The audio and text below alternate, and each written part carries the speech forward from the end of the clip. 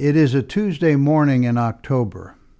You are standing in the middle of a house your grandfather helped raise back in 1953, and the floor under your boots does not move.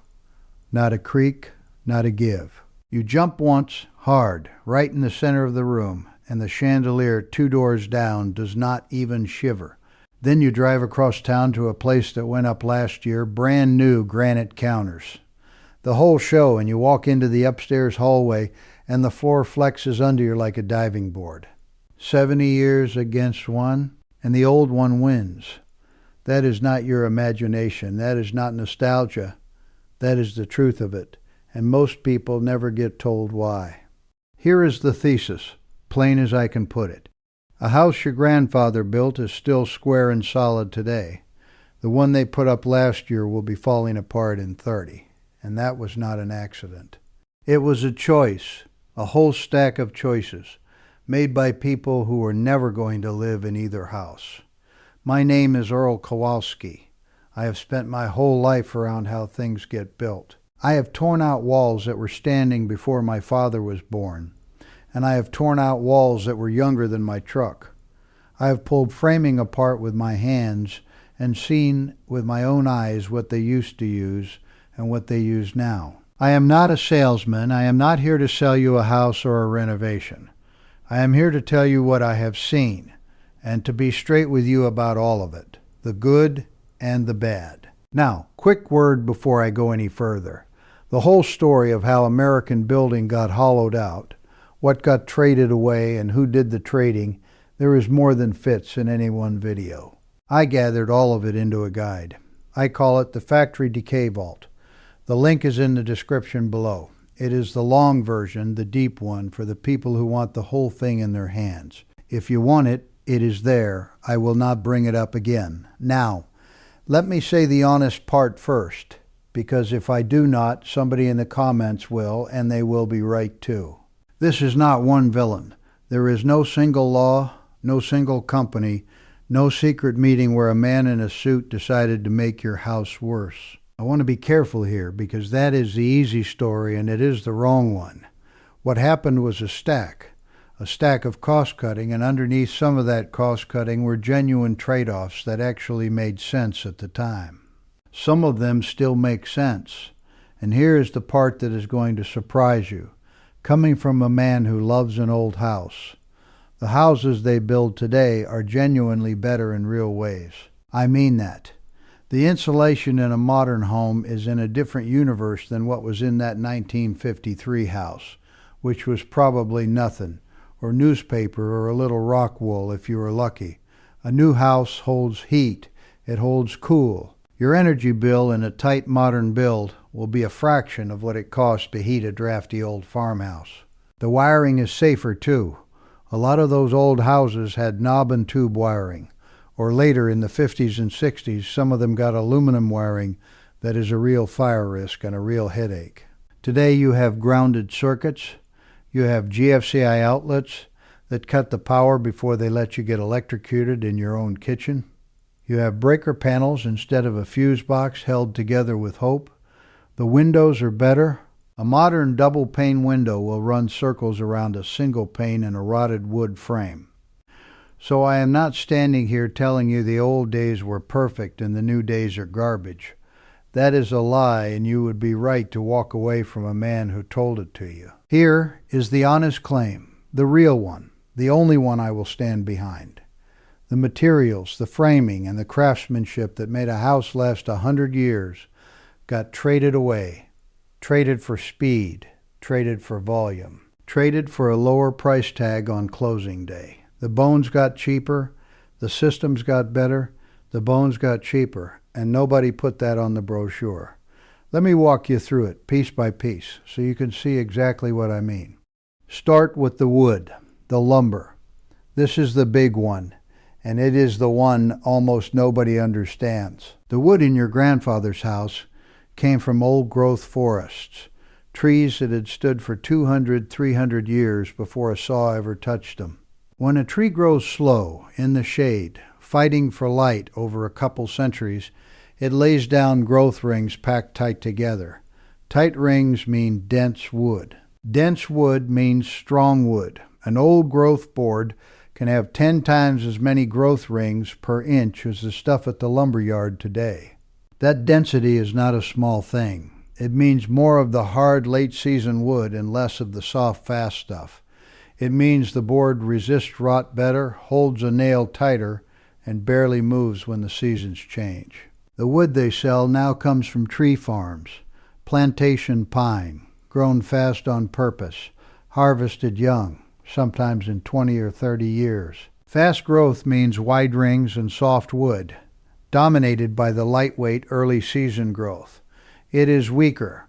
It is more variable, board to board. It moves more. It warps more.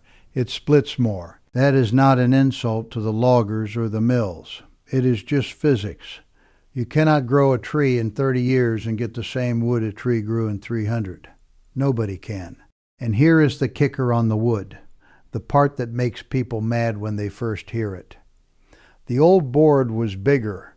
When they say a 2x4, you would think that means 2 inches by 4 inches. It does not. A 2x4 today actually measures 1.5 inches by 3.5 inches.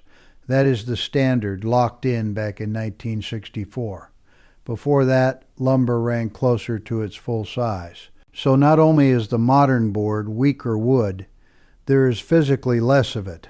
A wall framed in 1950 has more wood in it and better wood than the same wall framed today. Now, why did the wood change? It is not a conspiracy. It is that the old-growth forests got logged out. Over 99% of the old growth in the eastern United States is gone. Cut down between the 1800s and the early 1900s to cut-out and get-out days. The big slow trees are simply not there anymore in any quantity. So the industry did the only thing it could, which was farm fast trees and standardize the smaller dried planed board. That is a real trade-off, but understand what got traded. Next, the framing itself, the skeleton. Old houses were framed in solid sawn lumber, a real board all the way through. Today, a lot of homes are framed with engineered wood. I-joists, which are shaped like a capital letter I, with a thin web of oriented strand board in the middle. OSB itself, which is wood chips and glue pressed into a sheet. Laminated beams. Now I am going to be fair, because the engineered stuff has real advantages. It is straight. It does not warp like a solid board can. It can span longer distances. It uses the fast-farmed wood more efficiently, which, given that the old growth is gone, is actually a smart use of a limited resource. On paper, in normal conditions, it is fine, better than fine in some ways. But it has two weaknesses, and they are bad ones. The first is water. Get an engineered I-joist or an OSB subfloor wet, and let it stay wet, and it swells, delaminates, and turns to mush. A solid old board can take a soaking, dry out, and carry on. The second weakness is fire, and this one matters more than people know. Firefighters will tell you this straight.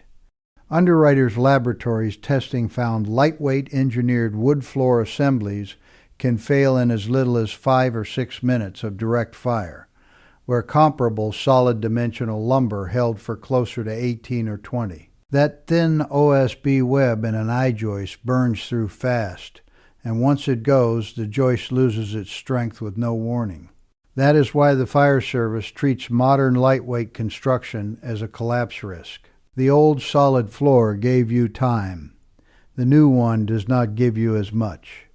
Move to the walls, inside the house. Your grandfather's walls were lath-and-plaster.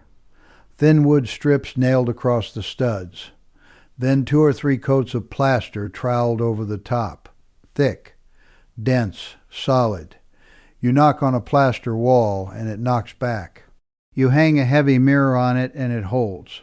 Plaster walls done right have been known to last 100 years or more, and they are quiet. That density kills sound. You do not hear the conversation in the next room through a plaster wall. Today it is drywall. Half-inch gypsum board, screwed up, taped, mudded, painted, done in a fraction of the time. And I will be fair again, because drywall is genuinely easier to repair. You put your foot through it, anybody can patch it in an afternoon. Plaster cracks, and it is a real skilled job to fix right. But drywall is thinner, lighter. The Gypsum Association itself puts drywall's lifespan around 50 years, where plaster goes 100 plus. Drywall is a poor sound barrier. You hear everything. It dents if you look at it wrong. It went up because it is fast and it is cheap, and on a tract of 200 houses, fast and cheap is the whole game. The doors tell the same story. Old houses had solid wood doors, heavy. They swing shut with a real thunk. They block sound and they take abuse. New construction, builder grade, you get hollow core doors. They are a thin skin over a cardboard honeycomb inside. Knock on one and it sounds like a drum. Punch one and your fist goes through. Nothing wrong with using a few in a closet. But a whole house of them tells you exactly where the money went and where it did not. The floors, underfoot. Your grandfather had real hardwood, solid oak, maple 3/4 inch thick, nailed down board by board.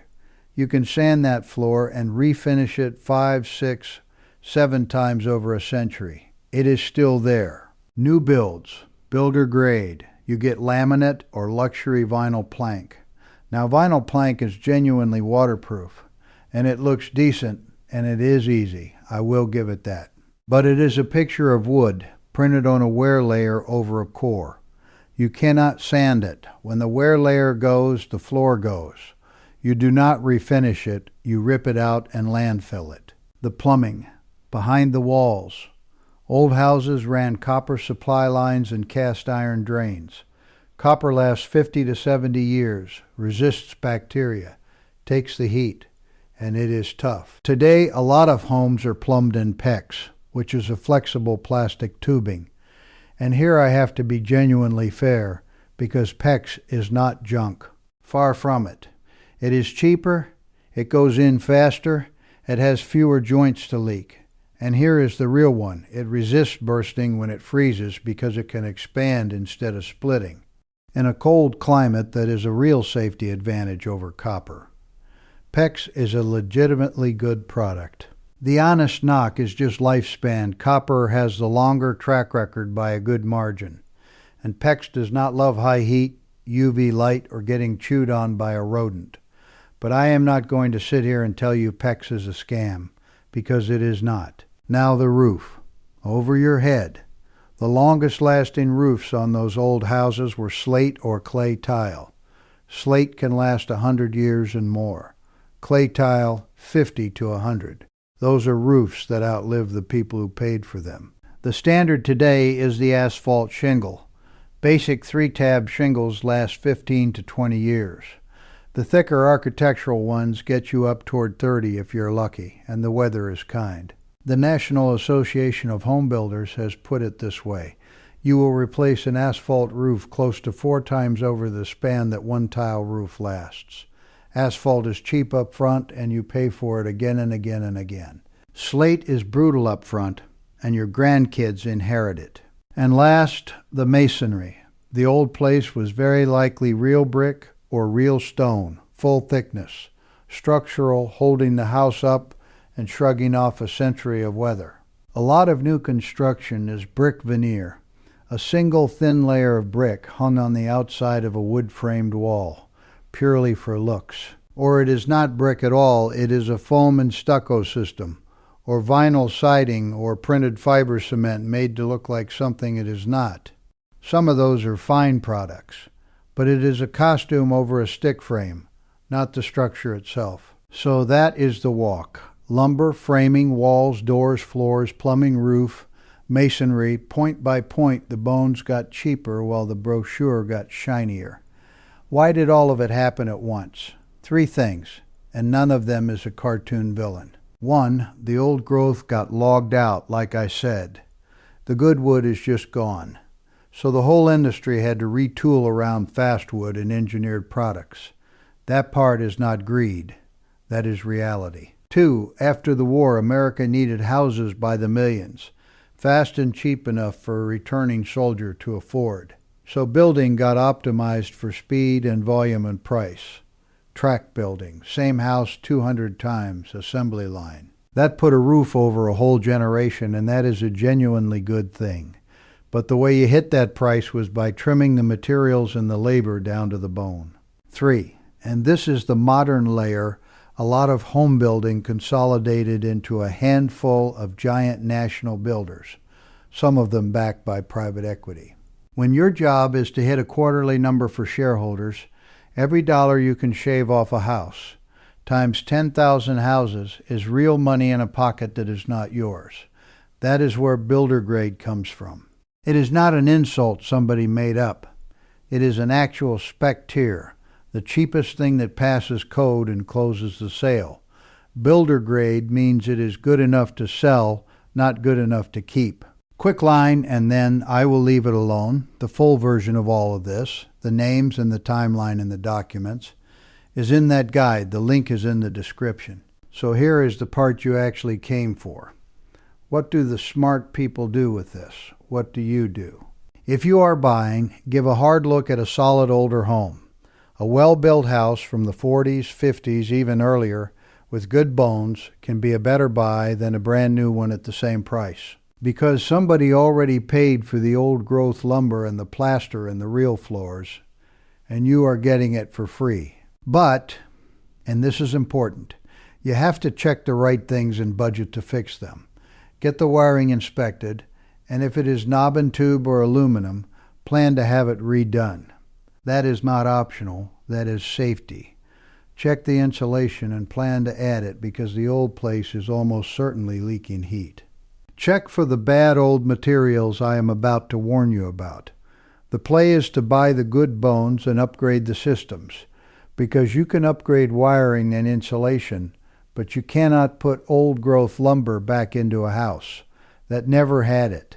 If you are building or renovating, you cannot buy old growth at the lumber yard. That ship sailed. But you can choose where to spend.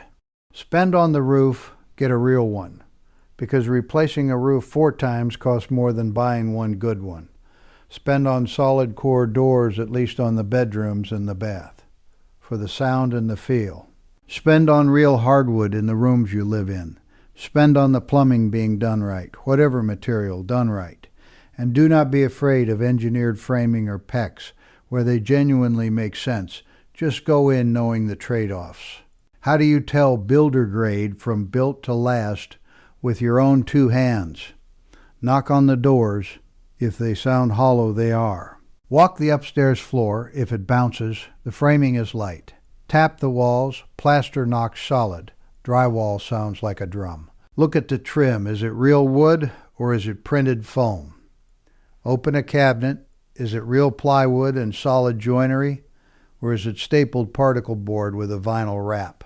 The house will tell you what it is made of if you just put your hands on it and pay attention. Now I promised you honesty, so let me close the loop, because I have been talking up the old houses, and I do not want you to walk out of here romantic and broke. Old houses have real problems, serious ones. That charming place from 1950 may have lead paint, which is a genuine danger, especially if you have little kids, and dealing with it right costs money. It may have asbestos in the insulation, the floor tile, the pipe wrap, and you do not mess with that yourself. You pay a pro. The wiring may be a hazard, like I said. The insulation may be nothing at all. The plumbing may be at the end of its life. The windows may be shot. Those are not small fixes, and they add up fast. An old house is a good buy when the bones are good and you go in with eyes open and a budget for the systems. It is a money pit when you fall in love with the molding and ignore the wiring. Do not romanticize it. Respect it. So here is what I want you to do. The next time you stand in a house, any house, old or new, put your hand on it. Knock on a wall. Walk the floor. Look at what is actually holding the thing up. Not the granite and the gray paint, the bones. Learn the difference between a house that was built to be sold and a house that was built to be kept. Because once you can see it, you cannot unsee it, and you will never overpay for a costume again. That is how they built them to be kept, instead of replaced. That is still how it is done by the few who refuse to build junk. Now I want to hear from you. How old is your house, and what is still solid in it after all these years? The floor that does not move, the door that thunks, the wall you cannot drive a nail through. Tell me in the comments. I read every one. And next time, I am going to take you inside the factory floor itself, the place where they figured out how to make a thing look expensive and cost them nothing, and how that same trick got run on damn near everything you own. I will see you there.